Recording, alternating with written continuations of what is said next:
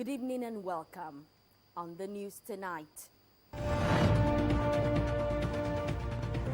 federal government organized labor agree on 70,000 naira new minimum wage.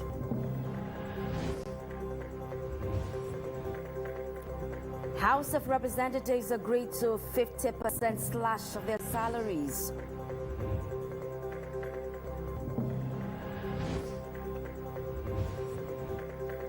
Federal Road Safety Corps to introduce interactive application on road safety management. And on the international scene, President Joe Biden under new pressure from top Democrats as COVID halts campaign.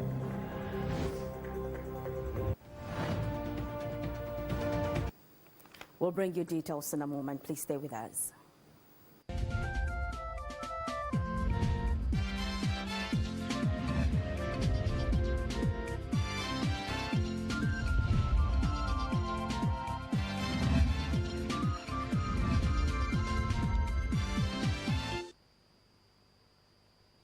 Thank you for joining us. I am Adetola Kayode. You're welcome. The federal government and the leadership of the organized labor have finally agreed on 70,000 naira national minimum wage.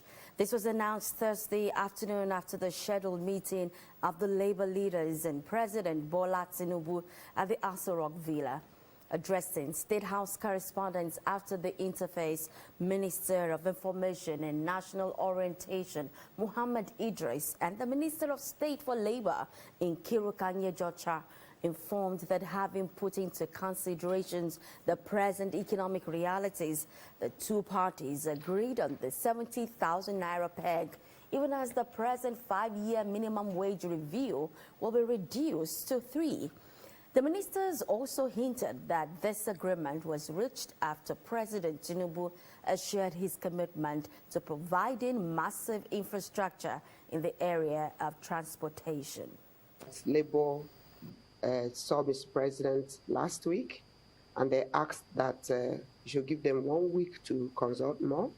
And of course, at the end of the day, the consultation came very fruitful because Mr. President said he has to be a father. That it's not issue of law who is right or who will blink the first, that he is our father, like he always said, that we should end the issue of give me 1,000 and add 1,000 and all that. There is also a boost, like Mr. President has assured, in ensuring that massive investment is going to be made in the area of infrastructure. There is also a deepening of the investment of the federal government in renewable energy. More money is going to go into the acquisition of more buses, the CNG buses. Nigeria is going to be more CNG compliant, according to the president. We are moving in this transition to renewable. And all other things that Mr. President has assured Labour, the issue of SANU and NASU is also going to be looked at. The leadership of the organized labor affirms their readiness to align with the federal government's new minimum wage increase, with the hope that the government will roll up its sleeves to provide other benefits that could create better living standard for Nigerian workers. After 5 years, to come and review, rather than accepting on a figure that you wait for 5 years, it's like you have to now negotiate even 2 times within 5 years, with a view to going up.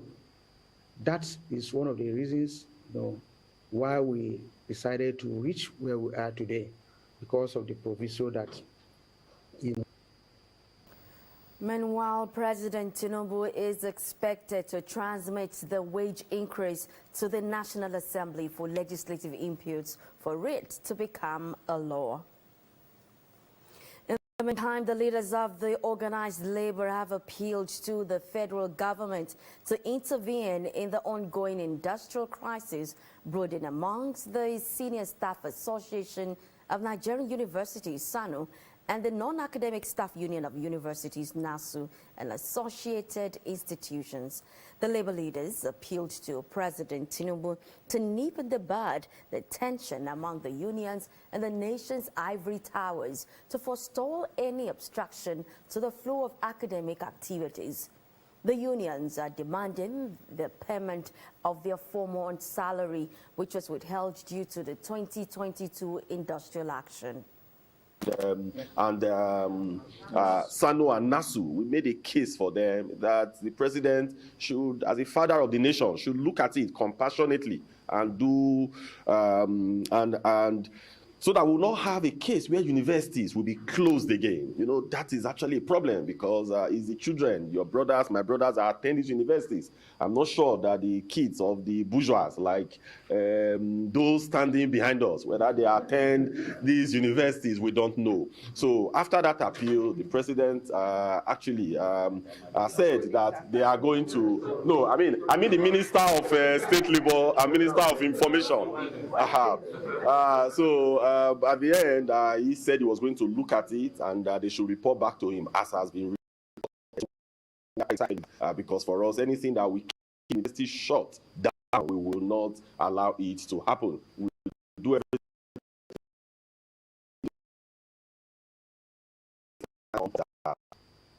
In the same vein, the labor leaders have applauded the launch of the disbursement of loans to beneficiaries under the Nigerian Education Loan Fund, NELFund.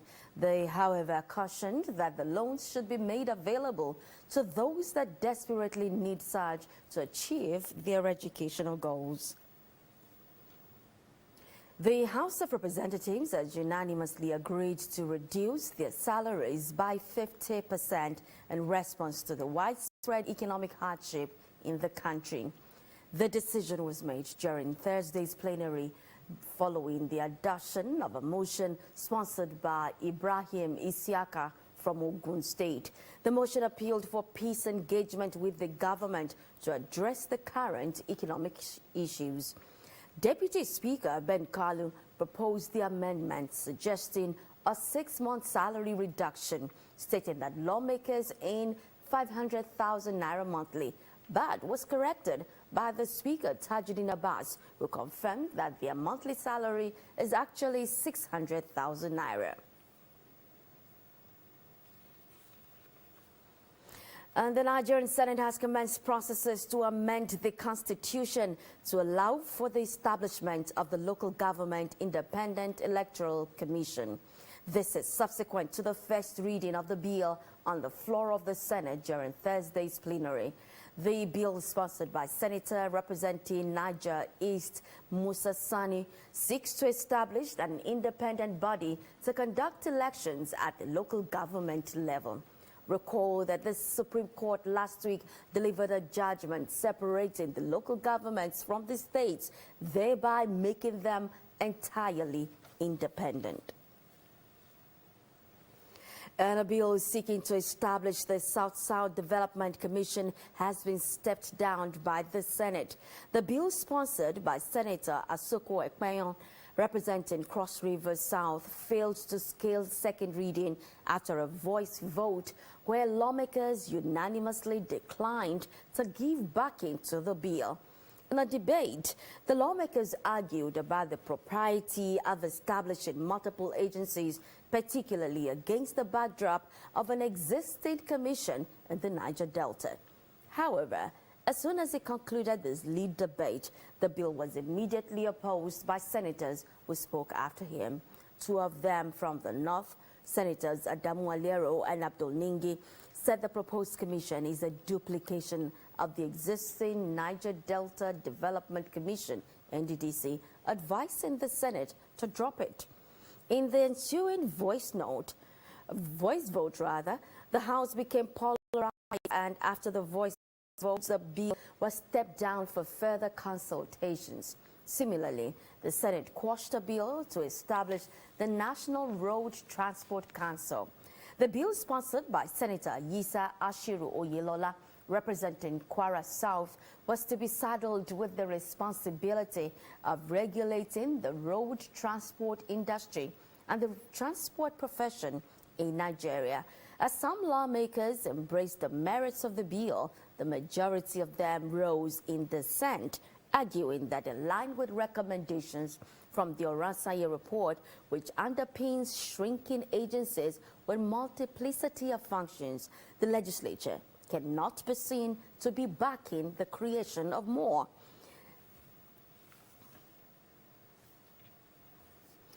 And the Nigerian Senate has called for stiffer punishment for violation for the construction and building codes in the country on a bid to curtailing the growing cases of collapsed buildings.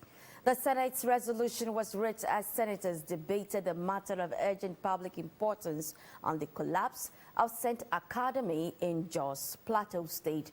The school, which collapsed on July 12, claimed the lives of 22 pupils and members of staff, while over 100 others sustained varying degrees of injuries.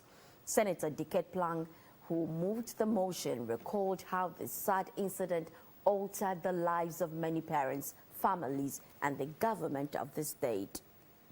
Decimal in Nigeria as a result of poor workmanship, substandard building materials, and constructional standards, leading to wanton destruction of precious lives and various properties worth hundreds of millions of naira.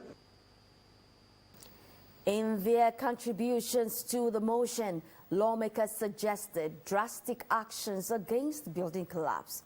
The senators, while expressing their sadness over the incident, condoled with the family of the deceased, the government and people of Plateau. Architects that supervise the construction of that building, the building engineers that supervise building should be brought to book. Probably this is the only way we can stop this from happening. What we can do to tinker with the law such that if you design a building and you are obliged to supervise the construction, should the building collapse within a certain number of years, you are liable not only to withdraw your license, you are liable to prosecution. People who are employed to render these services, both in the approving authorities and in the construction and the supervision, they have abandoned their duties. And when people are killed, nobody is shown to have been humiliated or punished for professional negligence. In addition to observing a minute silence in honor of the dead, lawmakers urged the National Emergency Management Agency to them. The Senate also called for government agencies to offer medical care to the victims. The Court of Appeal Abuja has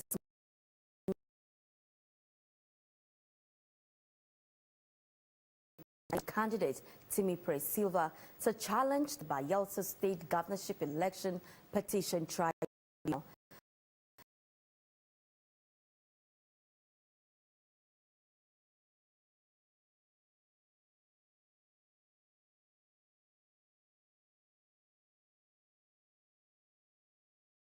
Of the elected governor and deputy.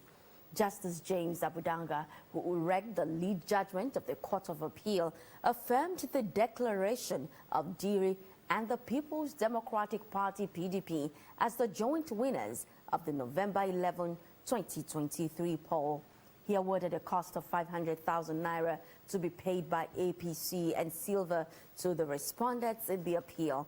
The appellate court held that the appellants did not produce credible evidence that the election took place in 184 polling units of Nembe, Ogbia, and Southern Ijo. The court also held that going by the evidence and exhibit tendered that the election was not conducted in that disputed areas by the Independent National Electoral Commission. The issue of vote collation could not have risen. And the Court of Appeal sitting in Abuja has declined to stop the trial of detained Deputy Commissioner of Police DCP Abba Kyari, who is facing drug trafficking charge. The court dismissed as lacking in merit and appealed the suspended DCP file to quash the 8-count charge the National Drug NDLEA preferred against him. Kyari Wahithato, headed the Police Intelligence Response Team, IRT, was accused of tampering with cocaine exhibits seized from 2 convicted drug peddlers, Chibuna Patrick Umebe and Emeka Alphonsus Ezenwane. He is facing trial alongside 4 members of his team, ACP Sunday Ubia, ASP Bawa James, Inspector John Nuhu. Kyari, through his team of lawyers led by Nureni Jimo, maintained that the charge was legally defective and premature, insisting that the NDLEA ought to have allowed the police to exhaust its internal machinery before it instituted the action. The Federal Road Safety Corps has reaffirmed its commitment to the United Nations Decade of Action for Road Safety, with the ambitious target of preventing at least 50% of road traffic deaths and injuries by 2030. The FRSC Corps Marshal Shehu Mohammed disclosed this on Thursday during a media parley in Lagos. Joshua Morakinyo has more. It is the first outing as Corps Marshal since he assumed office a couple of weeks ago. Lagos is so critical to us in terms of achieving our mandate. For the Corps Marshal, the intermodal architecture of Lagos is critical to achieving safe, sustainable transportation sector, hence the visit. While speaking on his key vision for the Corps, the FRSC boss says he's ready to reposition, continue with the Joint Task Force on Articulated Vehicles, crash investigation, amongst others. Look at our operation, our enforcement activities, our enlightenment, everything. And I said, let's rigid and reposition our FRC operation. So we instituted a joint task force to make sure that we apprehend those trucks and trailers and bring out those passengers down and let them use passenger buses to travel. And that's why we're engaging the press, we're engaging all stakeholders to make sure that those things is not being done so as to save the lives and property of our citizens Nigerians. We also intensify the crash investigation.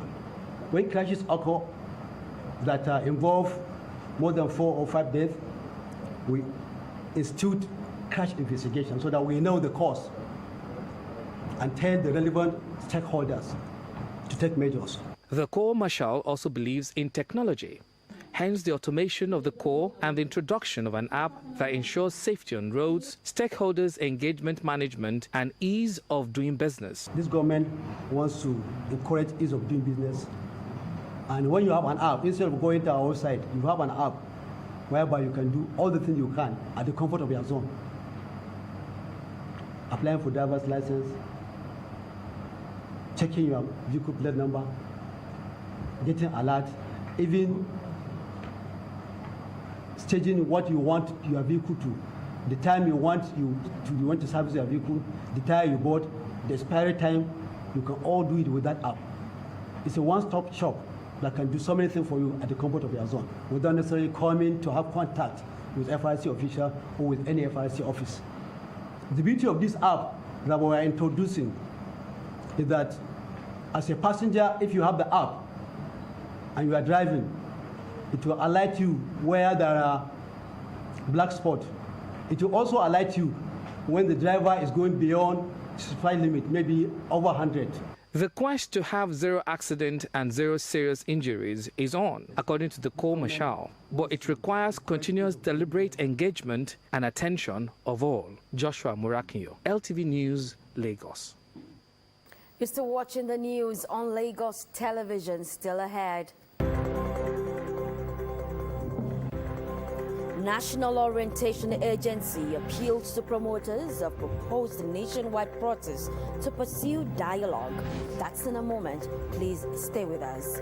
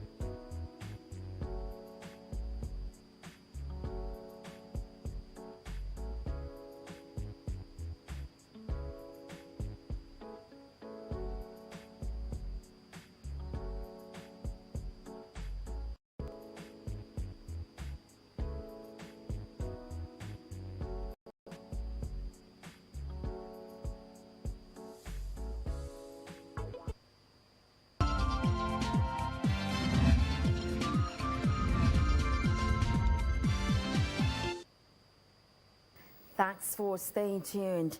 Residents and commuters in Ofin Oreta area of Igbogbo, Ikorodu have lauded the construction company the road project for exhibiting quality service delivery. They are hopeful that the new road would have positive impact on their lives when completed. Ikorodu Bureau Chief Adeshegun Egop reports. A visit to the ongoing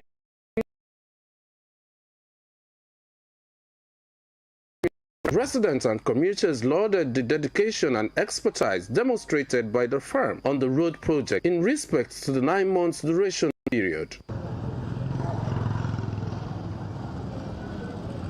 More than 70% of concrete works covered the entire stretch of the construction already completed. This the residents describe as one of the key infrastructure and focal points in the development of the axis. People are very, very glad for this project because we have been facing difficult road from Igbogbo to Ofin Oreta, especially people living in Oreta. They are facing a lot of challenge. The contractor, they are doing well because before they said they want to commission this road, people don't believe.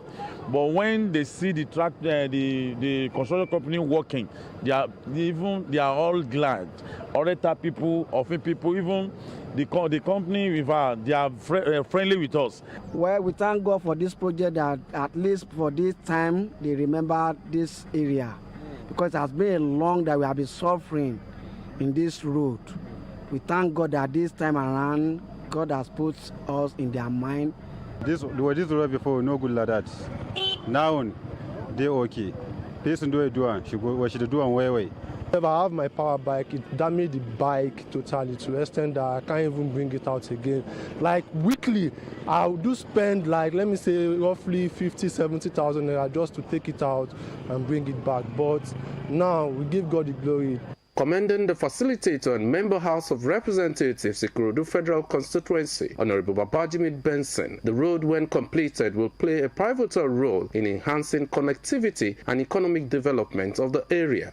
Jimmy Benson did now, assuming those people have been assuming they have been doing like this community would not have been like this. It will have been more developed like this. And Jimmy Benson is a man that is a person that at least he has the people that voted him in mind, that he know that we have done something for him. He has to repay us back, and we thank him for what he has done to us. People they are not believe, but when they see the work, in fact, they are very, very glad. Even the contractors, we are all friendly with them. Even we can see now, without tying the road, you can see the access road now is okay. Without doubt, the over 50 communities on Ofin Oreta Road will soon feel a sigh of relief as the project will foster economic growth and improve overall accessibility to the area. Adeshegun Egop, LTV News. The National Orientation Agency has urged the promoters of the proposed nationwide protest to pursue dialogue rather than violence. It said the agency's nationwide structure has successfully identified the sponsors of the proposed protest and likely flashpoints, saying government will take measures to forestall any violent occurrence in the identified locations. The agency's Director General Lanre Issa Onilu made it clear that the channels of communication to the government and its various arms remain open to dialogue, saying it would continue to respect citizens' right to protest and associate freely in line with democratic. It said the NOA is intensifying efforts in civil intelligence gathering and sensitization of community leaders, parents, and youths across the 774 local governments on the need for vigilance and collective preventive actions. The Director General said the intentions of the elements behind the planned protest are not about governance or the state of the economy, but a decoy to destabilize the country, cause mayhem, and carry out arson, killings, and maiming of innocent citizens for narrow political reasons. And approaches to data generation and evaluation require collective efforts to aid socio-economic development. This resonates at the press briefing to mark this year's World Population Day in Lagos. Omololu Rosanwo has the details. The shortage of adequate data and insufficient evidence to explain situations, monitor implementation, measure achievements, among others, are obstacles to societal development. As Nigeria joins in marking the World Population Day, the need to surmount these challenges cannot be emphasized enough. Lagos State is getting ready to do its own e-registration portal to set it up. The importance of this cannot be overemphasized. First of all, we're going to link the information certificate with NIN. That's the most significant importance of it. Secondly, we'll be able to ensure that we put the number of children are born. Because sometimes when you are abroad, you have your children. There's no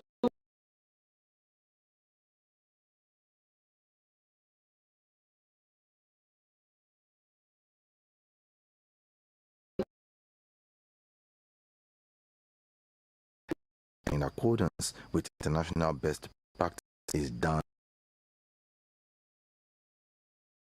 The 20-hour NDC commissioner in Lagos is optimistic and soon. We're ready, almost 90% ready as a national population.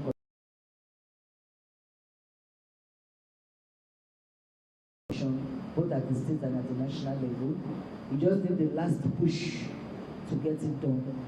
And he, the president, being knowing the importance of sensors to developmental purposes, he will be there for us and he will give us the go-ahead to do it very soon. The rising rate of population requires proactive measures in the quest for proper planning. The rate at which population is growing has a tremendous impact on the environment, development, and eradication of poverty. This year's theme, Embracing the Power of Inclusive Data Towards a Resilient and Equitable Future for All, is to focus attention on the need for more understanding.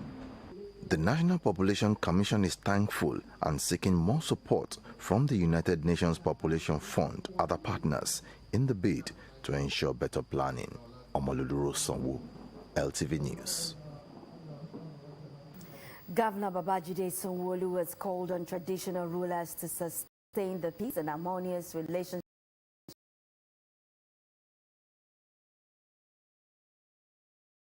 of staffers to the Fidimolu of Elekpe Kingdom.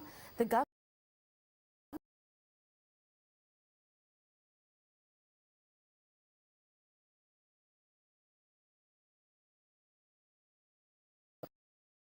area of the division, represented by the Commissioner for Local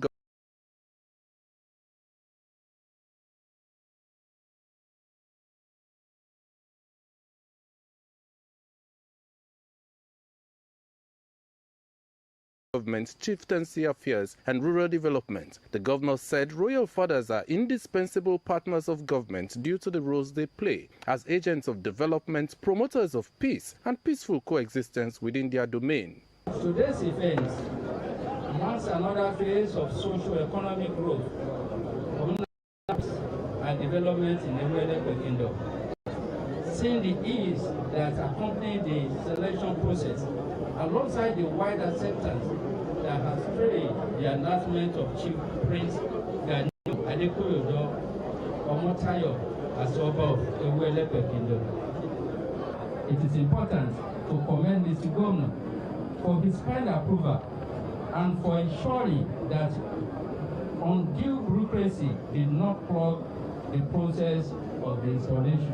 The governor assured the state government will continue to collaborate with traditional rulers is accorded the attention it deserves. Let me appeal to kindly rally around the new Oba and give him the support needed to take Elekpe Kingdom.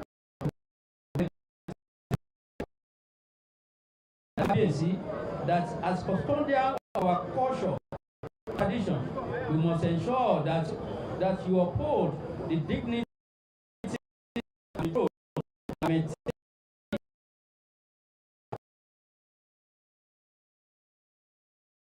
you maintain thanking his kinsmen for the opportunity to serve.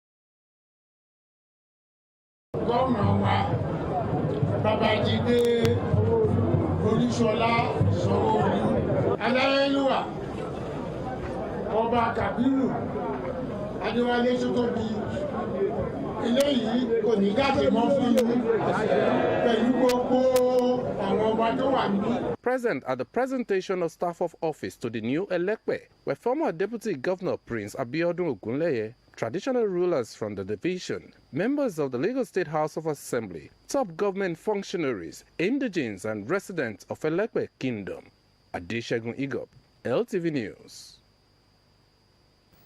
Meanwhile, traditional rulers in Lagos State are demanding for 5% allocation from local government allocation, describing their present emolument as meager. Speaking on behalf of the traditional rulers, the Vice Chairman of Lagos State Obas and Anyogbure of Ikorodu, Oba Kabiru Shotobi, stressed that the traditional stool have been relegated for too long. Correspondent Olumide Ojo has details of the two-day Lagos Obas retreat in this report. The convergence of Lagos State traditional rulers on a two-day retreat at the Jubilee Chalet, Ekpe, welcomed the opportunity to come together to deliberate with elected representatives of the people in the executive, legislative arms and amongst themselves on issues germane to their different domains and welfare. The Anyogbure of Ikorodu, speaking on behalf of the Obas for 5% of local government allocation to improve what they termed paltry emoluments of traditional rulers in the states. On behalf of my colleagues, the fellow Obas, they want me to let the chairman committee on chieftaincy affairs and the representatives of Mr. Governor to know that we in Lagos State Obas, we are asking and demanding 5% derivative from federal to the Lagos State to be given to us. Is that what we want?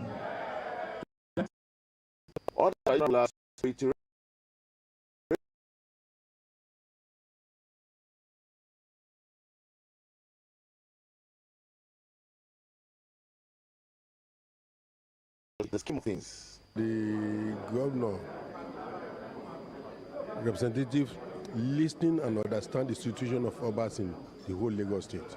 We are very happy for the answer, for the very good remark he made about what we discussed with them.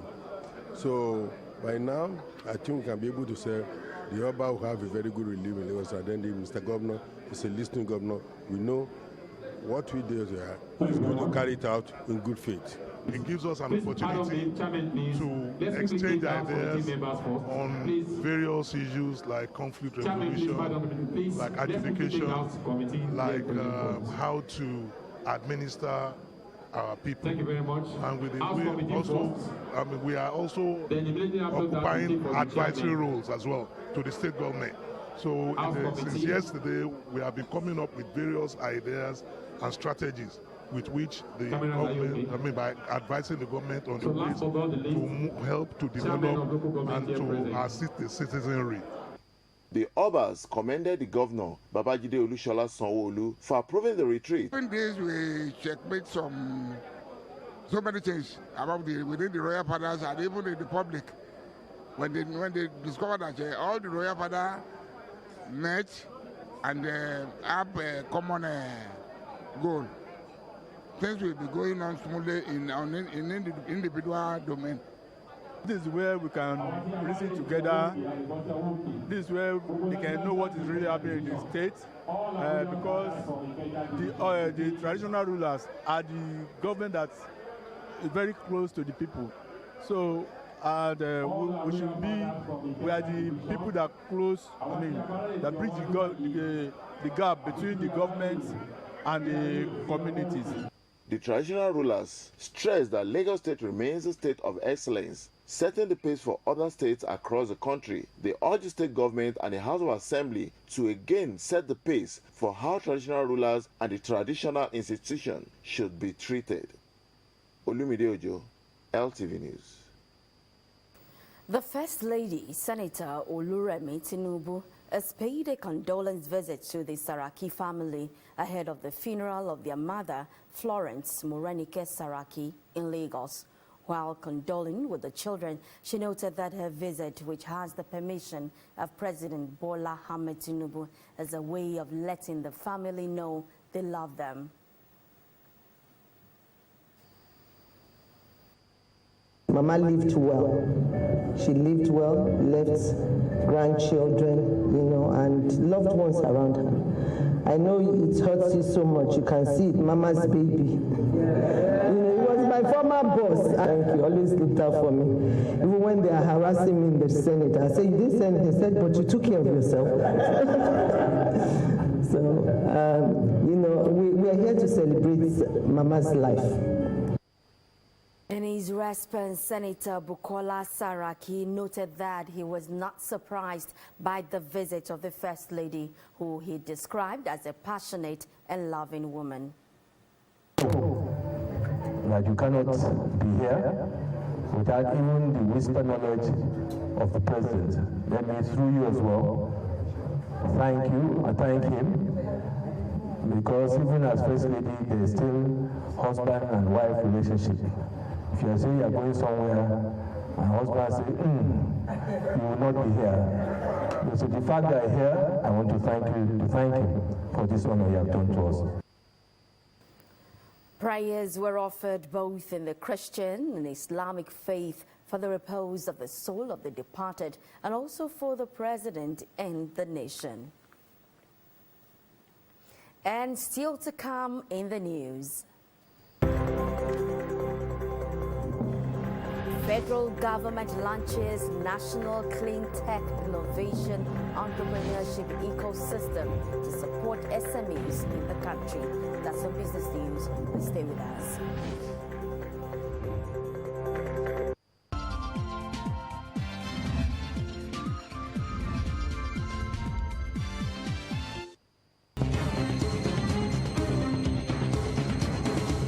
On Business News tonight, the federal government has launched the National Clean Tech Innovation Entrepreneurship Ecosystem, an initiative aimed at fostering innovation and supporting startups and SMEs in the country. The announcement was made by the Minister of Innovation, Science and Technology, Uche Nnaji, in a statement obtained from his official X account, formerly Twitter.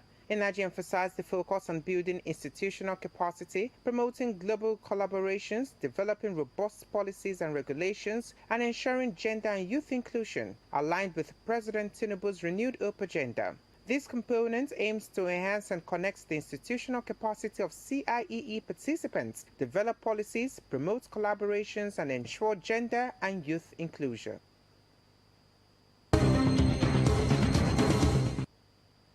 Nigeria National Petroleum Company has said that no fewer than 221 cases of oil theft were uncovered across various communities of the Niger Delta region in the past week. According to the NNPC, the incidents, including illegal refineries, illegal connections, pipeline vandalism, and others, were recorded between July 6 and 12. It's noted that the incidents were recorded across